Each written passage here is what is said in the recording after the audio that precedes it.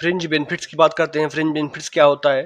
Fringe benefits और perk beyond salary enhancing employee wellbeing, यानी कि जो फ्रिंज बेनिफिट कहा है तो इसको पर्क कहा जाता है। कहते हैं जो सैलरी के अलावा जो कंपनी के एम्प्लॉई के वर्कर्स के जो वेलबींग के लिए, उनके अच्छी जरूरत के लिए, उनके कह सकते हैं उनको इम्प्रूवमेंट करने के लिए किया जाता है। फ्रिंज बेनिफिट उनको दिया जाता है। अब एग्जाम्पल क्या है? फ्रिंज बेनिफिट्स का एग्जाम्पल है कि हेल्थ इंश्योरेंस हो गया, रिटायरमेंट प्लान्स हो गया, या फिर जिम मेंबरशिप हो गई, फ्लेक्सिबल हावर हो गए उनको, उनके मनचाहा हावर में काम करने के लिए। तो ये हो गया फ्रिंज बेनिफिट्स। उसके बाद भाई कि boost job satisfaction, retention and productivity. अब ये तो नेचुरल सी बात है, जिसको सैलरी के अलावा भी बहुत कुछ मिलेगा तो उसको जो उसकी जॉब सेटिस्फैक्शन बढ़ेगा ही, उसको कंपनी के साथ रिटेन होंगे, कंपनी के साथ लगातार जुड़े रहेंगे। और प्रोडक्टिविटी यानी कि प्रोडक्शन में, आपके प्रोडक्शन एक्टिविटीज में, गतिविधि में लगातार बढ़ोतरी आ जाएगी, लगातार इंप्रूवमेंट आएगा।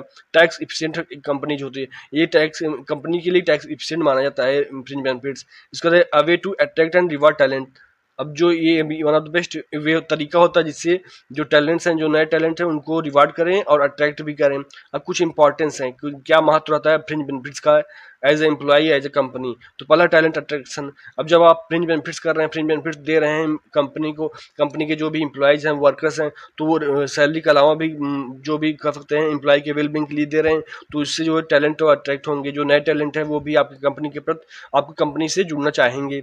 सेकंड है एम्प्लॉय रिटेंशन। अब जो कंपनी जो इसमें काम कर रहे हैं, प्रेजेंट में काम कर रहे हैं, वो तो लगातार सोचेंगे जब इसमें अच्छी सुविधा मिल रही है, इतनी अच्छा सैलरी के अलावा भी बहुत कुछ मिल रहा है, तो हम कंपनी के साथ लगातार बने रहें। उसका बूस्टेड मोरल एंड सेटिस्फैक्शन। उनका मोरल हाई हो जाता है, सेटिस्फैक्शन भी कंपनी के साथ बढ़ जाता है, सेटिस्फाई रहते हैं कंपनी के साथ।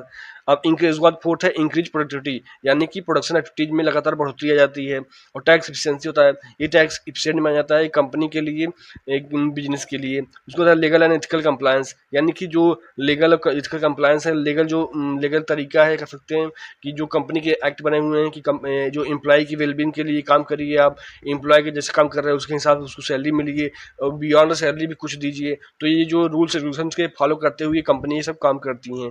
तो ये हो गया importance of fringe benefits. I hope ये कंसेप्ट आपको फ्रिंज बेनिफिट समझ में आ गया होगा। वीडियो को लाइक कर दीजिए और चैनल को सब्सक्राइब कर लीजिए, जिससे आपको लगातार वीडियो मिलता रहे और हमें भी मोटिवेशन हो सके। If you have any suggestion please comment on this video. Thank you for watching video. जय हिंद।